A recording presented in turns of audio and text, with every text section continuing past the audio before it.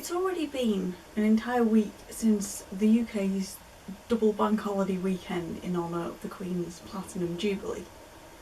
Now, whatever your views on the royal family are, there is no denying that this is a unique historical event, and I certainly don't expect to see another Platinum Jubilee in my lifetime. Previously, I have made a few videos showing my hometown of Clitheroe in East Lancashire. It occurred to me that I had a perfect opportunity here to document what the shops and businesses have been doing to mark this national occasion. Expect a light sprinkling of local history along the way.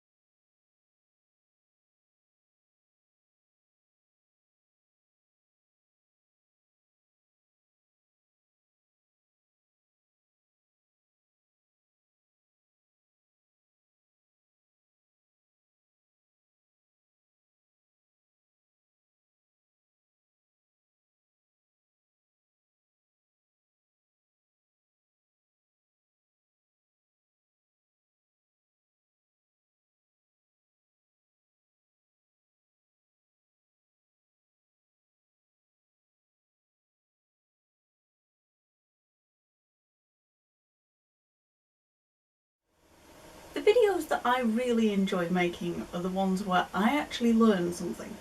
Probably started walking into town by myself when I was 11 or 12, and every time I do that, I walk past the brown cow.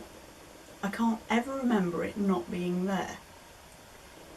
So it was a huge surprise to me when I checked Bain's 1825 Directory of Lancashire to see who was the landlord at the time, and I discovered that the brown cow was not listed at all. It just wasn't there in 1825. It isn't even mentioned in Mannex's Directory of Mid Lancashire, which was published in 1854. As late as 1891, the census only records it by its street address, 40 and 42 Moor Lane, but it put a note underneath that to say that it was the Brown Cow Inn, and that's probably some of the earliest evidence I've found of how it was recorded on the census.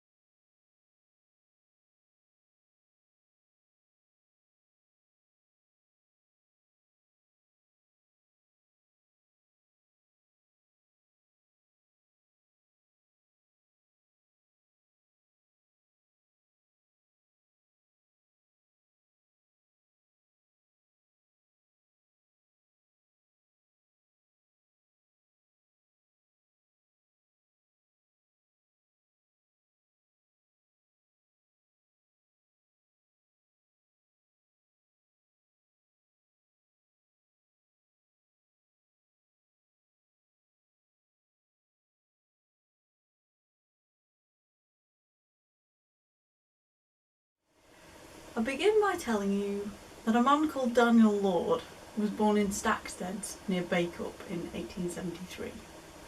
But by 1891 he had moved with his parents to 1 Moor Lane in Clitheroe. He was an assistant to an ironmonger. 2 years later, Daniel marries Susanna Birch.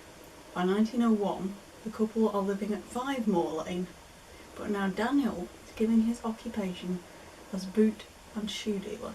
Lords and Sons continued to be a shoe shop well into my lifetime. I was taken there to buy my school shoes 30 years ago. That was how long the business lasted. In 2010, Lord and Son closed their doors for the last time. In time, it became a tea room called Clitheroe, which you may possibly already have deduced had a sort of Alice in Wonderland vintage kind of vibe to it. The flooring that they installed in Clitheroe featured a huge piece of lino printed with an old Ordnance Survey map of Clitheroe, but it had been enlarged to an absolutely massive scale, as you would imagine. Clitheroe isn't there anymore. Instead, a cafe and bistro called Moor is. When I was taking the pictures for this video, I suddenly stopped and had a look, and I realised that they have kept that same flooring that Clitheroe put in, so the old map is still there. Maybe you can make it out in the next photo.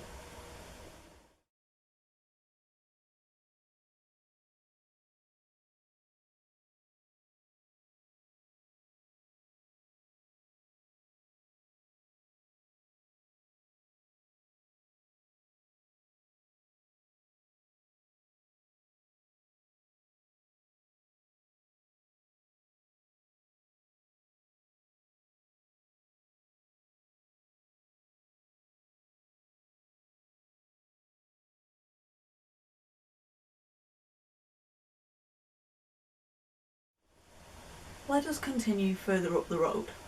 We'll go past the United Reformed Church and we'll turn on to the point where Moor Lane is going to meet Castle Street. This area is known as Castle Gate, and unsurprisingly that is where one of the entrances to the grounds of Clitheroe Castle found. Research suggests that Castle Gate must be a relatively recent street name. It certainly is not mentioned in the 1861 census. The schedule finishes Moor Lane with the family of John Harrison, a saddler, and it moves straight on to Castle Street, where the first householder is identified as Anne Rudd, a widowed innkeeper, who employed an ostler from Gisborne, who I mention simply because he had the absolutely magnificent name of Tempest Lancaster. You want a Tempest Lancaster in your family tree, don't you?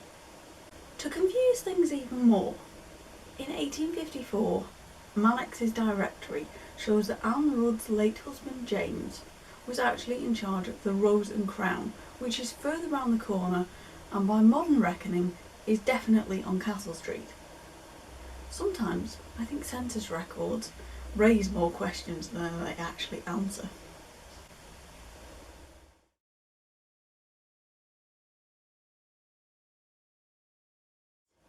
Next to party people is 10 Castlegate, now home to 10, an independent bookshop. It's relatively new. 5 years ago, in March 2017, I happened to take a picture of the same shop on a day that Prince Charles visited Clitheroe. Back then, number 10 Castlegate was a gift shop called Mondo.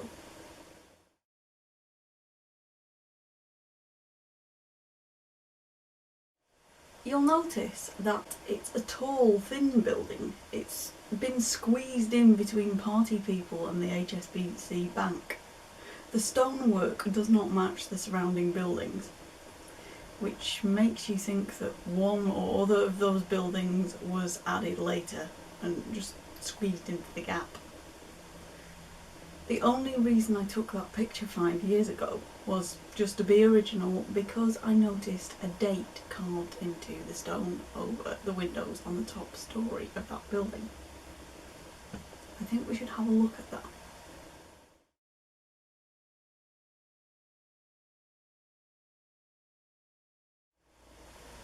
Unfortunately, 10 Castlegate was unoccupied on the 1901 census, and it doesn't appear in 1911 either.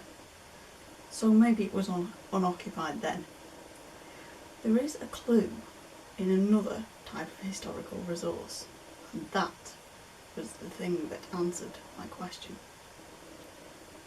On the 23rd of March 1900, an advert in the Clitheroe Advertiser reads, J. Sefton, Castlegate.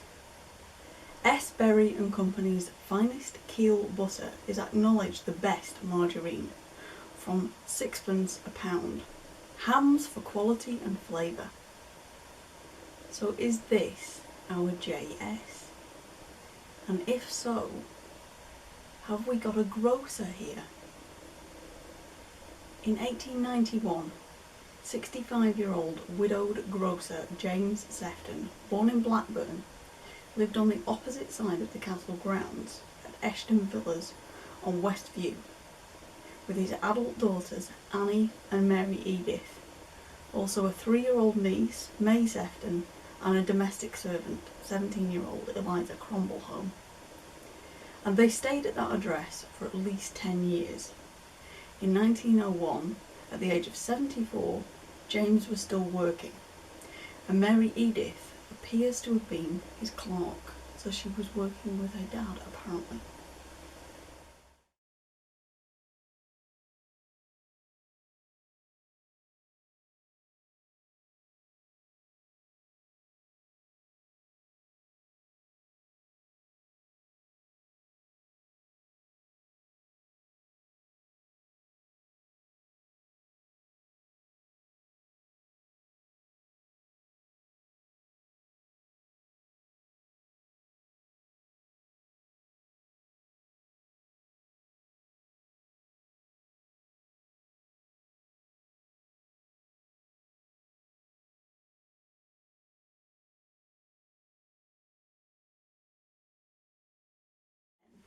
On Castle Street, you can find a host of shops that are all housed in buildings that existed when the 1901 census was taken. But in some cases, they're quite considerably older than that. Until very recently, Costa Coffee occupied a number 9. When I went past the other day, they'd still got the sign up in the window announcing the date when it was going to close. Number 9 is a Grade 2 listed building dating from the 18th century.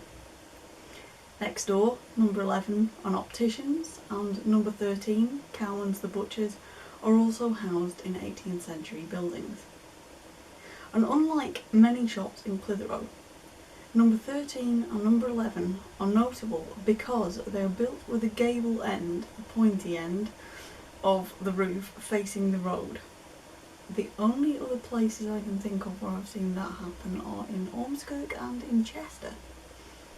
It's not a typical thing to find in Clitheroe. Crossing the road, you'll find Violet's, a fairly new cafe on the site of what was Sayers the Bakers, and before that it was Hampton's.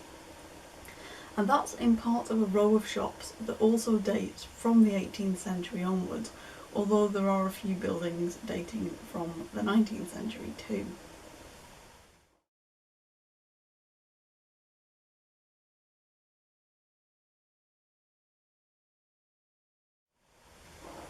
But perhaps the brightest shop of all on this side of Castle Street must be Banana News at number 26.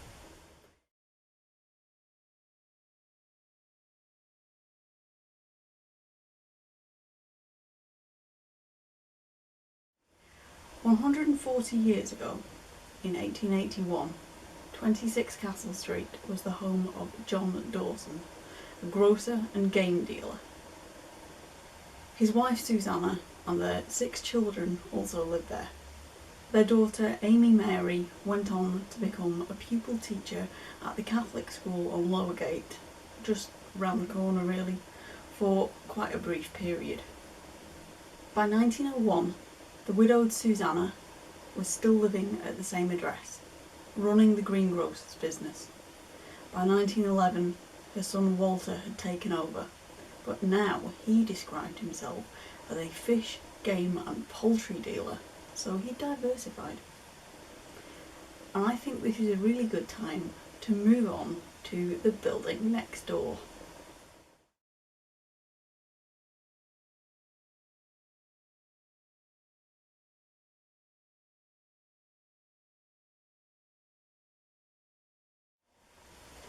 When I was researching this video, I discovered something unusual and very, very confusing.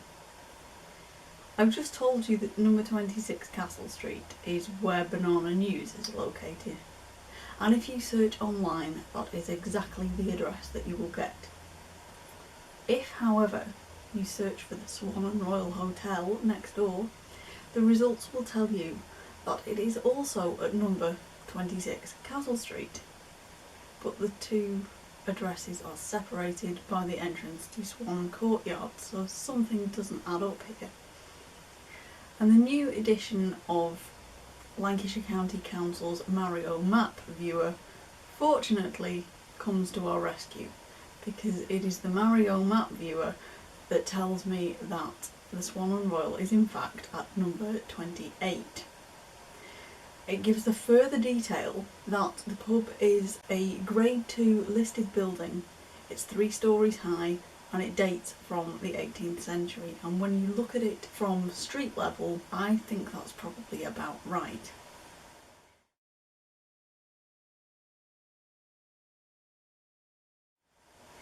And by doing further research, I have been able to get a much better idea of just how long it's been in business, and I've also uncovered a few names that are associated with the history of the Swan and Royal, or the Swan Inn, as it was sometimes known. Stepping right back into the middle of the 18th century now, an assorted box of documents held at the Lancashire Archives mentions, amongst other things, a list of accounts for the Swan. These cover the years 1749 to 1757, so it was definitely in business then. That same collection also includes a list of landlords for the pub from 1773 all the way up to 1876. Using a variety of other sources, I've also been able to trace a few of the proprietors. In 1764, William Hayes was there. 1797, Jonathan Wilson. In 1819, a report in the Lancaster Gazette gives us the obituary of the landlord John Silverwood, who was then 53 years old. 1822, Bain's Directory suggests that Jane Silverwood was there. And by 1854, we've got Robert Towler. This is in Mannex's History and Directory of Mid-Lancashire, and that also notes that the Swan and Royal was also a posting house. Jane Silverwood did not move out of Clitheroe. She lived to be 73 years old, and she was buried at the parish church of St Mary Magdalene, which is just down the road, on the 11th of April 1837, so just a couple of months before Queen Victoria came to the throne. There's also in those same registers a burial for a Thomas Silverwood, aged 53, at the same church on the 30th of June 1819, which matches that obituary for John Silverwood more or less exactly, which makes me think that somewhere there has been a clerical error. Either Thomas should be John or John should be Thomas. It's one or the other. But behind the Swan, there's also an area known as Swan Courtyard. You can cut through there to get onto Lower Gate, and you can also make out the location of Swan Courtyard on the 1847 Ordnance Survey map. So I'm going to put a link to that in the description box, so that if you want to, you can look it up for yourself.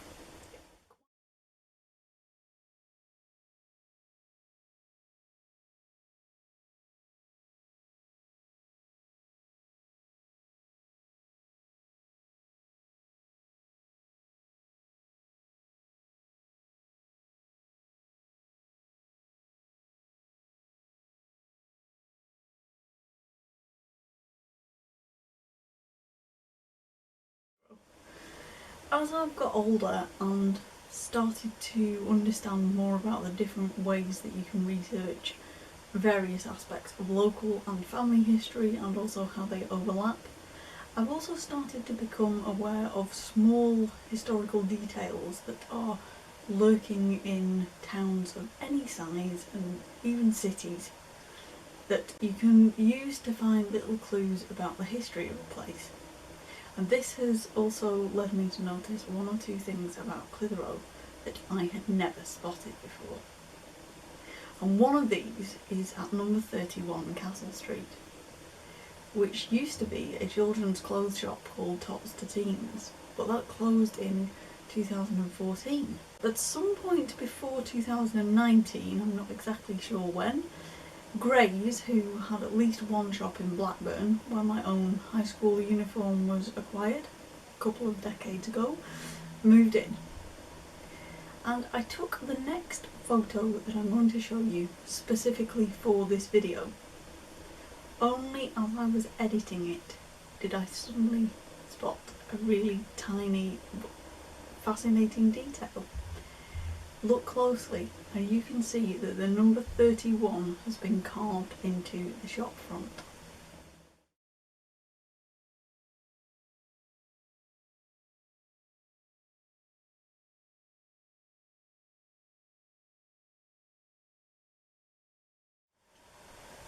Castle Street's link to clothing goes back a bit further than I realised. In 1871 and 1881, the address was home to draper John Clark and his wife Ellen. Their daughter Marie was not with them in 1871, but by 1881, Marie, aged 21, was back at home. Rather unusually, and showing great entrepreneurial skill, I think, Marie went on to become a professor of music, which is really quite something for the 1880s, isn't it?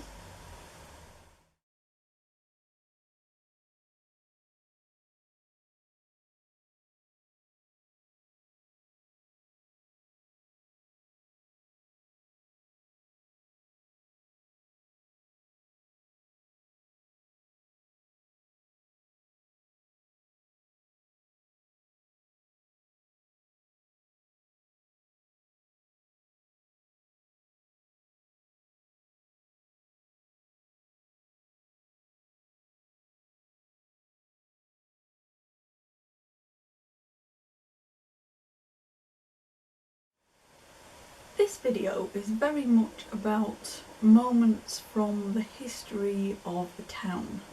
And I really didn't expect the research for this to be quite so enlightening. Where there are towns, there are people. And in the past, then, just as now, those people had not just personalities and characters and relationships, they also had homes and they had occupations. One of the best known retailers on King Street is probably Burns Wine Shop, which features a cellar that goes right onto the road, and the shop itself is on the ground floor of a 5-storey building.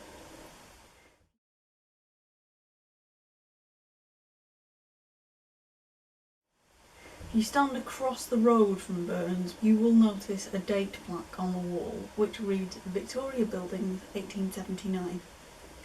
But frustratingly, when I looked up the address 12 King Street in 1901, I discovered that it was unoccupied on the census. In 1881, the census said exactly the same, it was unoccupied. But somebody had the foresight to make a small note on the schedule. Number 10 and number 12 were 2 lock-up shops, and they put grocers in brackets after that. So I wonder if the building that became Burns' shop, which was then quite new in 1881, was actually some kind of warehouse.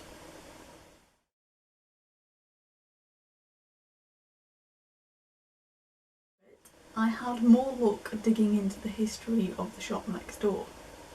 In 1901, 14 and 16 King Street, which is now home to ladies' clothing shop Seasons, was the address of Luke Smalley, a bootmaker, and his wife Eliza.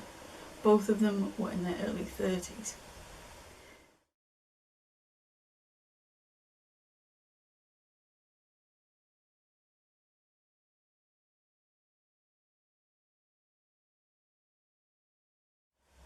go back another 10 years and you find that shoemaker Henry Hacking and his wife Eliza, a confectioner, were living there. So there's a clear boot and shoemaking connection coming in with this address, which leads me to wonder, is one part of this address the residential part, whichever one isn't the house or cottage? Is that some sort of shop or workshop to do your shoemaking and boot making? It's always worth looking into small details like that, because I think they might give you a clue about something.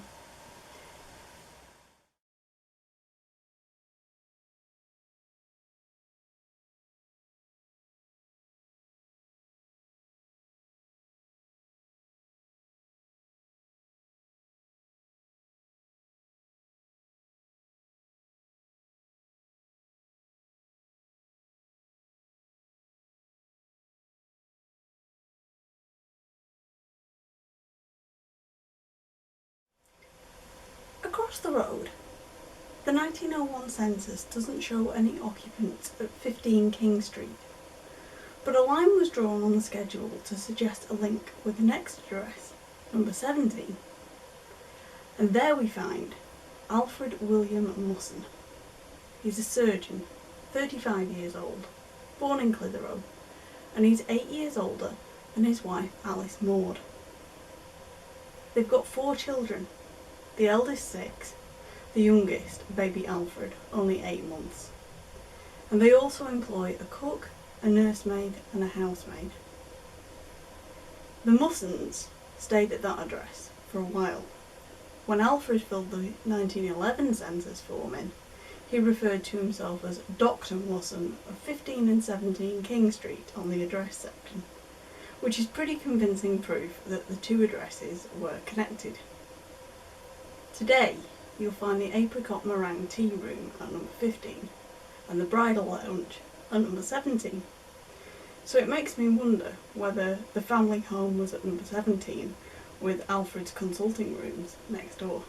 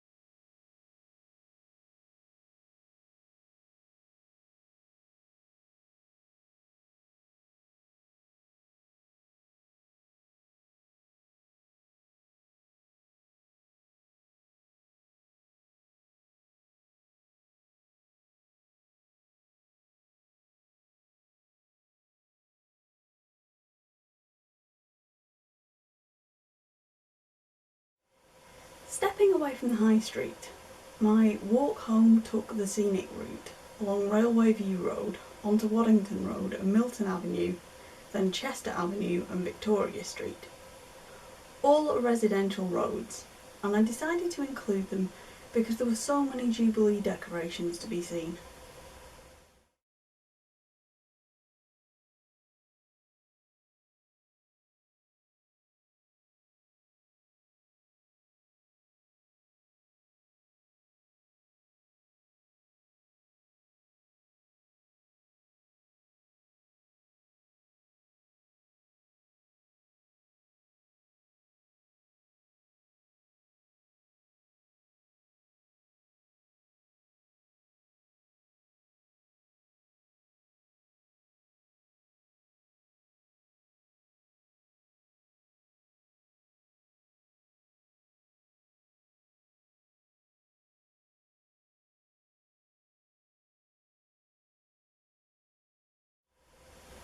A century ago, Victoria Street was a fairly short walk from the site of Holmes Mill on Greenacre Street, Salford Bridge Mills on Moor Lane, which is roughly where Sainsbury's is today, and Fowl Sykes Mill on the other side of the railway, line between Millthorne Avenue and Brown Street. So maybe it isn't all that surprising that of the 63 residents who had a stated occupation in 1901, 38 were employed in the textile industry.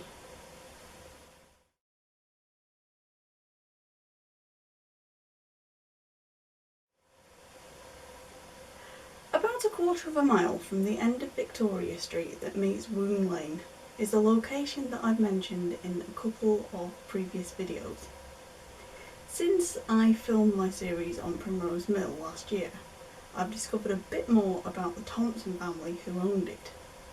So in the near future, I will be filming 2 final instalments of their story, but it seemed fitting somehow to end this virtual walk with the decorations that I spotted on that very site.